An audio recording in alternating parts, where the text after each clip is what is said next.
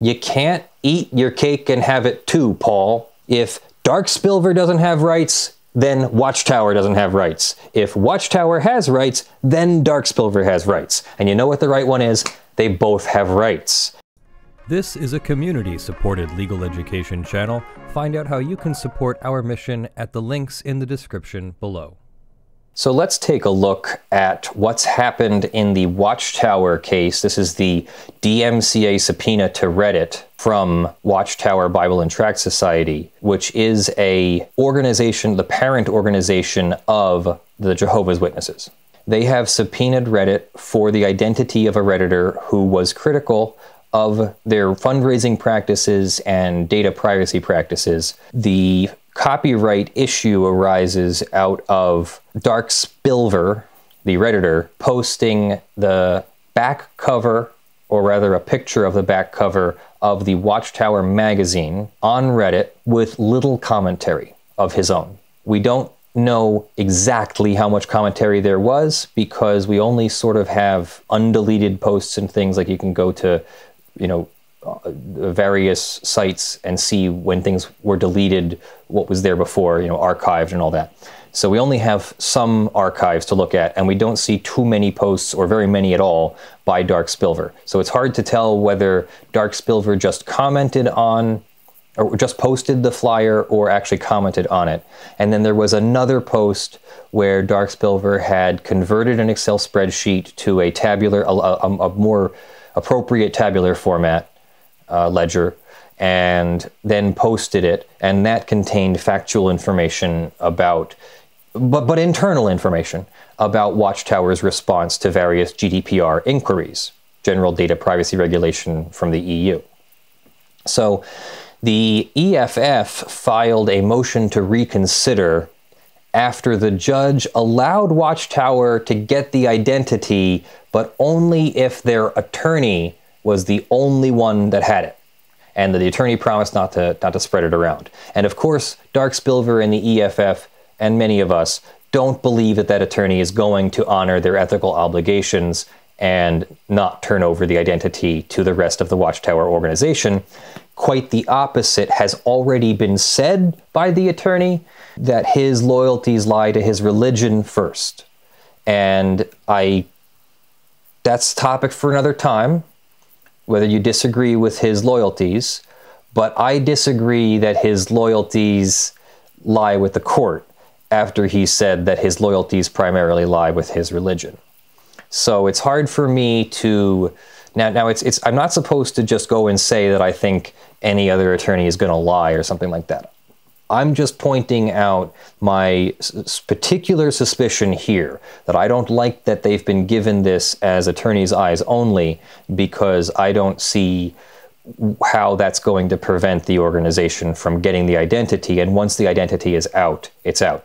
Now, we did a video on this. The EFF asked the judge to reconsider that. Darkspilver's identity has not been released yet, and so this is their opposition to that release that I want to go over here. And I've compared the two files so we can try and see what changed here. Starting with the table of contents, can we see what changed? So we have one less thing here. Let's see, so there's no right to anonymously infringe. So they've used the time-barred section still, even though the judge ruled against that. Darkspilver has not satisfied the burden of proof in a motion to quash. They used that again. So then let's close this and go over just their opposition to the de novo review, which I'm going to call a motion for reconsideration. Darkspilver states this is an attempt by Watchtower to use the DMCA to uncover the true identity of an anonymous online commentator, not to pursue a legitimate copyright case. If this were true and there was no basis for Watchtower's claim of copyright infringement, then the appropriate remedy for Darkspilver would have been to file a 17 USC 512F misrepresentation claim.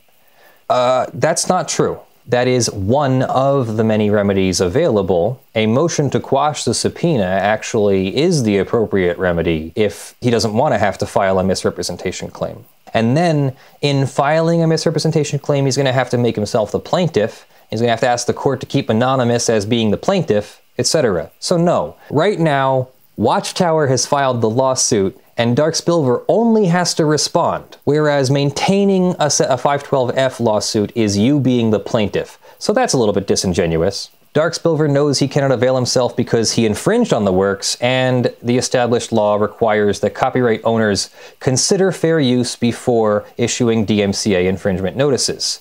Also, a misrepresentation of the law. He says here that 512F only requires that copyright owners consider fair use. No, it requires you to subjectively, with good faith, consider fair use, which is to me a different standard than just considering it. But I digress. Watchtower considered fair use before a DMCA notice was issued. When Dark Spilver crossed the line from, why are they defending the 512F claim that hasn't been brought? They just said it hasn't been brought, and now they're saying that it's fair use is like fair use was considered. The question isn't whether they considered the fair use. The question is whether they have met their burden for the subpoena. Confronted with a good faith DMCA infringement notice and the reality that the First Amendment does not provide a license for copyright infringement, Dark Spilver demands the court ignore wholesale uses of Watchtower's copyrighted works because his uses of Watchtower's works were under a caption that were intended to evoke conversation. If federal courts endorse this position, then anyone could take copyrighted works and display it, knowing that if they are later sued for infringement, they can simply claim they intended to evoke conversation. Okay, once again, a little bit disingenuous there. But yeah, I guess that's his side of things, sure. Dark Spilver succeeded in obtaining an order based on an unconstitutional excursion into religious doctrine. What? Claiming that compliance with a subpoena will result in religious harms. By doing so, he creates the prospect that all future subpoena applications by Watchtower will be thwarted simply by the infringer's assertion of harm. No, it was the insertion of a false copyright claim and actual damage if the subpoena was granted. Whatever version the harm comes into it, yeah, if you're a religious organization and you file spurious DMCA claims in order to get the identities of parishioners that you don't like, they're gonna cite that you're doing it for religious harm. Duh. If I was coming at people with a baseball bat, they would be asserting physical harm. I mean, would you be upset that they're asserting physical harm and inserting their selves into your desire to hurt them physically? I don't understand this. If Dark Spilver is successful, the case will effectively provide future copyright infringers a license to blatantly infringe copyrights. It will also provide infringers a means to get around the well-established Ninth Circuit law by requiring that copyright owners not only consider fair use, but also litigate the absence of fair use with a benefit of discovery before they are allowed to file an infringement suit.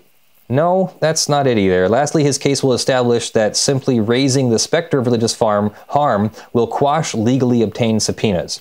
I think he's making a rather extreme slippery slope argument here, but let's continue. Dark Spilver's implied consent to Judge Kim's authority to decide the motion to quash bars his request for de novo review. Dark Spilver should have filed a notice of appeal to the Court of Appeals of the Ninth Circuit. He improperly invokes 636b1 in an effort to get another bite at the apple. Northern District California Local Rule 73 states that parties must either file written consent to the jurisdiction of a magistrate judge or request reassignment to a district judge. If a motion cannot be heard by the magistrate judge without consent of the parties must either file written consent to the jurisdiction of the magistrate judge, etc. Dark Spilver never requested reassignment of the motion to quash to a district judge. Okay, maybe he didn't request reassignment, but a motion to reconsider is the proper motion. I don't see how a judge is going to misconstrue a motion to reconsider. We'll see how the judge rules, of course. And the magistrate judge does actually only make recommendations to the real judge. The magistrate judge is a judge, but their report and recommendations is not final and has to be approved by the district court judge. So the first argument is that he didn't request reassignment. This seems procedural, and many times judges have a lot of discretion to overlook minor procedural things to keep the case moving along. They cite Roll v. Withrow, which I know nothing about. The Supreme Court concluded that a bright-line rule requiring written declination to assignment of a magistrate judge.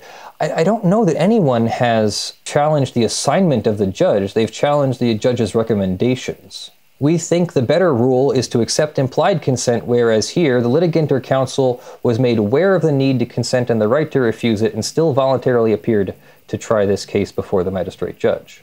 I'm not sure that Dark Spilver hasn't consented to the magistrate judge. And I don't know that Darkspilver has any need to request a different judge in order to file a motion to reconsider. I think this is sort of a disingenuous mischaracterization of those cases. And I'm going to guess that Alex Moss, and definitely Joe Gratz from Dury Tangri, they know their stuff, and they wouldn't have filed a motion to reconsider like that if there was more to do and then not do it. It's still possible that somehow Watchtower is right. We'll have to hear the judge's final thing. I don't actually know for myself. While in the present case there was no trial in the traditional sense, which would obviously differentiate from the Supreme Court ruling that he just cited, Darkspilver acknowledges that Doe's motion to quash the DMCA obtained by Watchtower is a dispositive motion, the resolution of which determines the finality of the duties of the parties. Okay. Judge Kim drew factual and legal conclusions. Therefore, Darkspilver had a duty to follow the local rules and Judge Kim's standing order requiring the written declaration of consent to assignment of a magistrate judge. I think he's trying to conflate Darkspilver's request for motion for reconsideration or de novo review as skipping a step that he thinks are supposed to be a declination of the magistrate judge. I don't know that that's how that works. And I don't see any reason why the judge wouldn't be able to consider de novo review and rule on it. But if that procedural thing comes up, we'll see. So they've made a big deal about how he did not object to her assignment and therefore can't ask for a new judge or whatever. But it's not a new judge. There's always two judges assigned. There's a magistrate judge and then there's a district court judge. So there is going to have to be a district court judge to rule on the magistrate judge's reports and recommendation. It is well settled that, to be timely, a motion to quash a subpoena... Okay, wait a second. We've already heard on this. Judge Kim incorrectly concluded, according to Watchtower, Judge Kim incorrectly concluded that authority upon Watchtower applies to parties. To the contrary, parties did not issue Rule 45 subpoenas. Subpoenas are only issued to non-parties, and in both of the cases cited by Watchtower on this point, the subpoenas at issue were non-party subpoenas. This doesn't actually matter. What he's skipping here is the due process requirement. If he's issuing a subpoena to Reddit for Darkspilver's identity, Reddit has to give the subpoena to Darkspilver, and Darkspilver has to have a meaningful opportunity to respond in a reasonable amount of time, which is usually 30 days or so. Sometimes 60 days works and nobody objects to it. 30 days seems to be about the average. This is ethereal or soft because it's just written as a reasonable amount of time, and so the parties kind of have to figure it out for themselves. Nobody is saying that in all cases 30 days is a reasonable amount of time, so it's reasonable in this case. So I don't understand how he doesn't understand what the judge ruled here, because the judge ruled that Darkspilver did not even have notice of the subpoena until February 22nd. So I'm not sure, but they do bring up that Darkspilver's declaration says that he received notice from Reddit of a subpoena, but the judge found that it wasn't until the 22nd. So the judge finds the facts. You don't really get to override that too much. What is this? Oh my goodness. The Watchtower is saying that Darkspilver should have filed a pro se motion to quash. So Watchtower wants Darkspilver to skip getting an attorney or suffer the consequences, according to Watchtower. Good understanding of due process, Paul. So they double down on the fact that he's a foreign national and therefore doesn't have First Amendment rights. That's not true at all. They have argued that he hasn't satisfied his burden of proof on the motion to quash. This is probably a meritorious argument. The entire basis for the motion to quash is that enforcement of the subpoena will result in harm to Darkspilver, in this case, special harm, they're saying, notably that he will be disfellowshipped. Darkspilver argues that the harm of shunning must be weighed in the balance against the harm to Watchtower if the subpoena is not enforced. He contends the harm imposed by disfellowshipping far outweighs any harm to Watchtower that would be created by quashing the subpoena. Since Watchtower did not file the present motion, Watchtower carries no burden to prove that the harm that it alleges will actually occur. Okay, but you could rebut his presentation of evidence. The fact of the infringement establishes the harm. Darkspilver, on the other hand, who moved to quash the subpoena, has the burden to establish his harm. Darkspilver must prove by preponderance of the evidence Okay, does Paul de Polidoro remember what preponderance of the evidence means? It's a 50-50 tug of war. It's whoever's evidence and argument and presentation, etc., is more convincing than the other side's. So for Paul to say, I don't have to present any evidence to rebut, is to say my opposing side is going to tug on the rope and I don't have to tug on the rope. You must both tug on the rope. So let's see if he does any rope tugging here. Darkspilver has not presented a scintilla of evidence, let alone a preponderance of evidence. Well, that's for the judge to decide. But okay, tell the judge what to do. Darkspilver claims that if Watchtower gains access, it will disfellowship him. I don't know that that was the entire thing. I think Darkspilver said disfellowship was one of many things that could happen. I think it was more so being shunned by his community or outed in his community as having doubts about his religion. As a preliminary matter, Watchtower has no ability to disfellowship Darkspilver, and they cite the declaration of their attorney. Attorneys can't give evidence. The declaration of the attorney means nothing as far as evidence is concerned. The declaration of the attorney is to show the judge that they've completed procedural requirements. On such and such a date, I served such and such a thing on so-and-so, is something an attorney would file. Or if the attorney was directly involved in a particular matter, then the attorney can speak about their first-hand experience. Paul Polidoro is their general counsel, is the attorney of record in this case. He can't testify. He can't submit evidence under his own name. He can submit a declaration, sure, but that declaration is meaningless as being cited for evidence. So he's using it to cite as evidence that Watchtower has no ability to disfellowship Darkspilver. Well, that doesn't mean anything. The declaration of Paul de Polidoro does not support that because it's not evidence. It's not allowed to be, the lawyer is not allowed to testify. If, however, more consideration is given to this claim of harm, Watchtower takes this opportunity, finally, to show why the claim is flawed. If Watchtower learns his identity, he will not be disfellowshipped. This presupposes three things: that Darkspilver is in fact a Jehovah's Witness, that Darkspilver maintains relationships with friends and family who are active members, and that if Darkspilver was to have his identity released, that Watchtower would disfellowship him. But the record evidence is void of any support for these presuppositions. First, Darkspilver provides no proof that he is in fact one of Jehovah's Witnesses.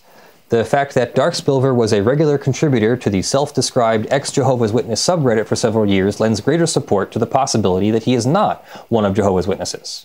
You're just speculating, Paul. You're doing the exact same thing you're accusing them of. Second, Darkspilver provides no proof that he currently maintains relationships with friends and family who are active members. How would he do that?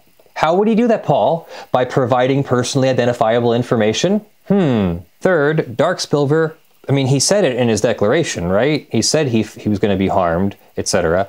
So Paul is fishing here, I think. Darkspilver points to no instance in which Watchtower has ever disfellowshipped a person. Okay, maybe he hasn't pointed to it, but it does happen. That's not a lie that people get disfellowshipped. It's their word.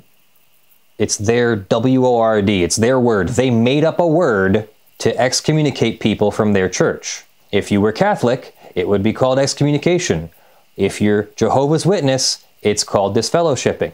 So if no one has ever been disfellowshipped, why is there a word for it? He provides no evidence that Watchtower has ever publicly disclosed the name of a pseudonymous critic or subject of a DMCA subpoena. I don't understand how that even matters, but okay.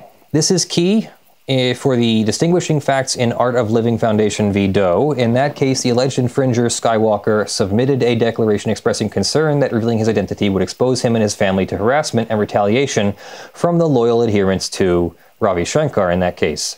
The court took notice that Skywalker supported these contentions with a widely circulated internet posting by an AOLF leader denouncing another dissident and disclosing the contact information of acquaintances who could testify that the dissident was unstable. Fair enough that he didn't present any evidence of disfellowshipping. The harassment and retaliation alleged in Art of Living and Signature Management were legally cognizable harms. Disfellowshipping or shunning, on the other hand, is not a legally cognizable harm. And then he cites Paul versus Watchtower Bible and Tract Society, a Ninth Circuit case from 1987. Notwithstanding that important distinction, Watchtower has no ability to disfellowship Darkspilver. In support of his claim that Watchtower can harm him by disfellowshipping him, Darkspilver provided the court with 3 news articles attached to the Alexandra Moss Declaration. These articles provided accounts of self-described ex-Jehovah's Witnesses who claim to have been shunned by friends and family members. I'm sorry, I gotta go up here. Third, Darkspilver provides no instance in which Watchtower has ever disfellowshipped, where was the scintilla word?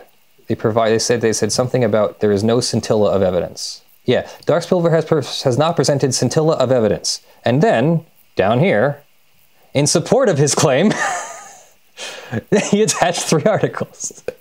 A page before you said there was nothing, and now there are 3 articles. None of the people interviewed in these articles ever claimed to have been the subject of a Watchtower DMCA subpoena. So when he gets there, he then flips it. This is a bamboozle, everybody. He says that there's no evidence, and then when he gets to the evidence, he says, oh, well, this evidence doesn't count because they didn't claim to be the recipients of a DMCA subpoena. We didn't disfellowship them through a DMCA subpoena. We disfellowshipped them through some other way. Even though a few paragraphs above, he says that no one's ever been disfellowshipped, according to Darkspilver's evidence, at least. What cheekiness. What shady behavior, in my humble opinion. Watchtower provided opposing counsel and Judge Kim evidence regarding the policy on disfellowshipping. What of a man who is disfellowshipped but his wife and children are still Jehovah's Witnesses? The religious ties he had with his family change, but blood ties remain. The marriage relationship and normal family affections and dealings continue. Disfellowshipped individuals may attend our religious services. If they wish, they may also receive spiritual counsel from elders. The goal is to help each individual once more qualify to be one of Jehovah's Witnesses. Disfellowshipped people who reject improper conduct and demonstrate a sincere desire to live by the Bible standards are always welcome to become members of the congregation again. Thus, although Watchtower does not carry the burden of proof on this issue, it submitted proof. No, Mr. DiPolidoro misunderstands the preponderance of evidence standard. Finally, even if Darkspilver could be disfellowshipped, it is a legally protected religious doctrine. He just said it wasn't a legally cognizable harm. And then a few pages later, he says it is a legally protected religious doctrine. So Paul DiPolidoro believes that First Amendment applies to Watchtower, but doesn't believe that the First Amendment applies to Darkspilver. The First Amendment, by the way, has a substantive right built into it that is called the right of association. You have the freedom of association, and the government cannot make a law preventing you from associating with whoever you would like. If you associate with someone and conspire to commit a crime, that's different. So Paul DiPolidoro wants Watchtower to have First Amendment religious freedom rights, at the same time saying that there is no cognizable, which means recognizable, religious or legal harm to Darkspilver's First Amendment rights of freedom of speech and freedom of association. Watchtower could have a legitimate copyright claim. This isn't how you argue it. As Darkspilver's counsel stated during oral argument, it cannot be ignored that Darkspilver raised matters of religious faith and internal conscience by accepting Darkspilver's intention to conduct a religious inquiry. I don't know if it was a religious inquiry. I think it was criticism or skepticism at their fundraising practices and GDPR practices. By accepting Darkspilver's invitation to conduct a religious inquiry, the court unconstitutionally entangled itself in matters of religious doctrine, practice, and internal governance. It thereafter issued its order based on religious findings. Nonetheless, Darkspilver has expressed substantial concerns over having his identity revealed to anyone in the Jehovah's Witness community. The court finds that Darkspilver has demonstrated significant harms if his identity were revealed publicly, or even if it were revealed to Jehovah's Witnesses in his congregation. The First Amendment bars civil courts from issuing an order based on such religious inquiries and findings. And this is the problem in 2019, isn't it? Absolutely everything that a religious institution does, they claim, in this case, they claim to be protected by the First Amendment as an exercise of religion, which again completely overlooks the competing interests of Darkspilver's rights in the exact same text. The exact same amendment. They're now comparing this to a heresy trial. Religious doctrines cannot be subjected to an inquiry of truth or falsity. So now they're saying that their behavior is beyond reproach. And this is more or less what I was alluding to somewhat directly earlier. that Paul de Polidoro thinks that his loyalties are first to his religion and second to the court. Maybe I can understand a person holds their religion in very high regard, but at the same time, even God says that the laws of man are the laws of man. Render unto Caesar what is Caesar, render unto God what is God's. Paul, you are not going to get away with this. This is a violation of your own religious principles too, and as a person who spent 23 years in the church, you're a hypocrite. Rather than accepting the truth about the nature and effect of this fellowshipping, the court chose to instead access the validity of those statements. No, Paul, you just said you didn't present any evidence on purpose. You just said that you misunderstood the preponderance of the evidence standard and you didn't think you had to submit any evidence. Wow. Sorry, I'm getting a little mad here. By doing so, the court ignored well-established law protections of religious doctrine, practice, and internal governments. Jehovah's Witness practice of shunning is protected under the First Amendment. Wait, whoa. Now the practice of shunning does happen and is protected. When members of the church conclude that they no longer want to associate with someone, we hold that they are free to make that choice. Wait, that's not shunning. Wow, churches are afforded great latitude. Sure, yeah, religious activities should definitely be without reproach, as long as they're not harming anybody. You can practice your religion, you can believe in the flying spaghetti monster, you can believe in John Smith's golden tablets and magic underwear, you can believe in the Jehovah's Witnesses' origin story, you can believe in Catholics' origin story, you can believe in Protestants' origin story, you can believe in Greeks' origin story, Romans' origin story, you can believe in Muhammad's origin story, you can believe in my origin story, pantheism, that everything is one big brain, the universe is becoming aware of itself. That's not what's happening here. No one is holding a heresy trial. No one is criticizing the religion in a with a legal order. The religious organization has filed something that has religious undertones to it, so it has to be addressed. If the harm that's going to be made is one of tremendous social consequence to Dark Spilver, the court is able to recognize that harm. Otherwise, the court could not then recognize harms to the religion. In other words, if you can't recognize the religious harm to Dark Spilver, which is what Paul de Polidoro was saying, there's no harm to him because that harm is religious. And then on the other hand, Paul wants the court to not rule on anything because Watchtower is allowed to have its religious behavior. You can't eat your cake and have it too, Paul. If Dark Spilver doesn't have rights, then Watchtower doesn't have rights. If Watchtower has rights, then Dark Spilver has rights. And you know what the right one is? They both have rights, and the court has to balance them. The court did balance them and found that Dark Spilver's identity should not be released to anybody but Paul de Polidoro, who I continue to question his understanding of the law, his loyalty to the court, and his raising of his religious liberty or religious loyalties above his loyalties to the court. I'm questioning. I don't have evidence yet. I'm questioning. That's all. Rather than accept the fact that he was a beneficiary of an unconstitutional analysis, Dark Spilver continues to resist. Dark Spilver successfully turned a routine copyright dispute into a religious inquiry. Oh, no, Paul. You're not going to take this copyright attorney's favorite job in the entire world and turn it on its head, saying that this is a routine copyright issue. No. Seeking an identity because somebody posted the back cover of your flyer and your policy on handling GDPR inquiries, that's tenuous at best. And yep, you deserve to have your case evaluated, and you deserve to have your case evaluated fairly. And even if I was the judge, I would do my very best to evaluate your case fairly. But you have to admit that this is not the same thing as having a strong case of copyright infringement against someone. This is not the same thing as someone making a direct copy and selling it for a profit. This is not the same, or maybe instead of doing that one time on a post on Reddit, maybe selling 10,000 copies.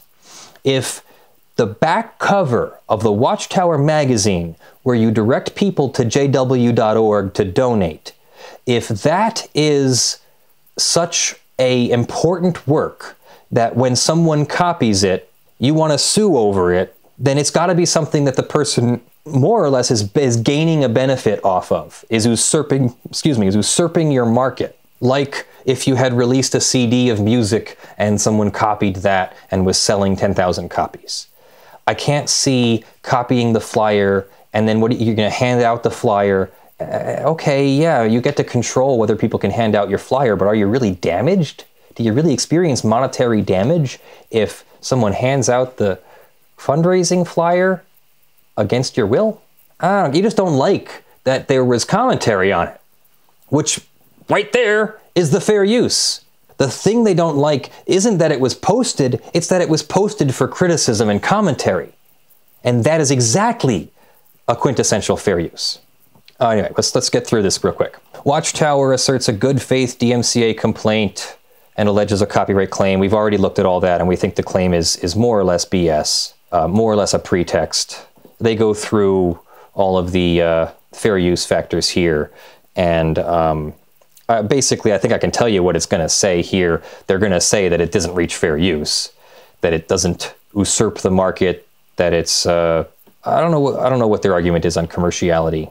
The amount and substantiality of the portion used. Let's see. There was a different case that we're not going to read where the defendant copied one page from a 154-page magazine, and the Ninth Circuit held that was a per se copying of the entire work. I have to read the case for myself because we know that Paul has misrepresented his cases before. And believe it or not, when there's adverse authority, Paul is not allowed to misrepresent that adverse authority. So he's towing the line here. So he's trying to say that the one page should be the entire work. The market harm factor would somehow, posting Watchtower's flyer for fundraising would somehow drive traffic away from jw.org. He's saying that a flyer that directs people to go to jw.org would cause people to not go to jw.org if it was distributed. I'd like Paul to look at me in the eyes with a straight face and say that. Makes absolutely zero sense. And I will go back here and look at his other evaluations of fair use. An affirmative defense's fair use is premature. That's not true at all. The judge cited the proper authority for that. The purpose and character of the use, whether or not it was posted for profit, I'm not sure what they're arguing here. It says the court rightfully noted that infringers could profit. I don't remember them finding the fair use factor in favor of for profit. Once an infringer has amassed a following, he or she can create accounts on profit generate. Okay, so he's saying that posting this will make, wow, okay, let me just, posting this flyer will make Darkspilver popular, and so Darkspilver's popularity could then be leveraged into money. That word tenuous is coming back up again. So they're saying that Darkspilver is not allowed to have a fair use if it is self-serving. Sorry, that's not part of fair use. Profit needs to be actual profit. So it's not a speculation that at some point in the future, Darkspilver's criticism of Jehovah's Witnesses and Watchtower wouldn't get him a profit. You have to actually show the profit. You have to show not a speculation of future profit. You have to show actual connection to money. And let's continue to the nature of the copyrighted work. As stated by the Ninth Circuit, while interpretation of Scripture may be viewed as factual by readers who share the same religious beliefs, the interpretation of Scripture is precisely the type of creativity the Copyright Act was... What? Interpretation of Scripture? So the argument is that the back page fundraising flyer is an interpretation of Scripture. Okay, I'm just going to let that one go. Judge Kim did not bother to evaluate fair use regarding the chart, having previously decided that Watchtower failed to demonstrate a prima facie case of copyright infringement with respect to the chart. True, they did. The chart is factual information, and interpreting the law is most definitely not interpreting the Bible, or your Bible. I think they have their own. It's not the, I don't know, the King James Bible or whatever. I prefer the Jefferson Bible. There is nothing in the GDPR regulation that dictated the word choice or format used to make the chart. No, the word choice is a choice to spout facts, how we're going to respond to inquiries about the GDPR. And then we're back down to here. So they conclude that Watchtower has made as submitted enough evidence and the judge should agree with them, and Darkspilver should not have a second bite at the apple. Fair enough that they don't agree, but this is a somewhat inadequate response, in my humble opinion, and probably shouldn't be taken. It should be analyzed further. The clerk at the, I mean, not that the clerk wouldn't do this, but just the clerk, and I'm not telling the clerk because, you know, they're not going to watch my video. They don't do that. The clerk will want to take a good look at all this precedent that's cited and make sure that DePolidoro is citing the precedent for what he's saying it stands for, because it doesn't appear to me that the things he's saying match up with the things he's citing. But we'll see. Let us know what you think in the comments below. That's our show, everyone. Thank you for joining us. Don't forget to check out sponsus.org as an alternative to Patreon, but thank you very much to all of our supporters on both patreon.com/ljfrench and sponsus.org/u/lawfulmasses. At the $50 level for the month of June, our supporters are John Steele, Gavin Barnard, Kyle Mudrak, Eevi, Michael Pearce, Terry Crisp, Richard Fournier, Spirit Bear, Jan Negrey, Daniel Perez, Aspernari, and Snorre Wisotzky. And at the $5 level, we will have people in the description below, as I don't have a scrolling LED panel, which is one of our favorite perks to do. So thank you very much for joining us. Thank you very much for your support. And I'll just leave time here for the editor to insert some dog video or Scotland video or whatever I've got for you. Some personal video, because I'd like to share. Anyway, I'm Leonard French, your favorite copyright attorney. Thank you to Brandon for joining me today on stream. I love you all. I will see you from the USA next week. And the week after that, I think Kaylee's going to be in the US. So looking forward to having her in the US for the summer during her break from her job. Anyway, love you all. Have a good day. Bye.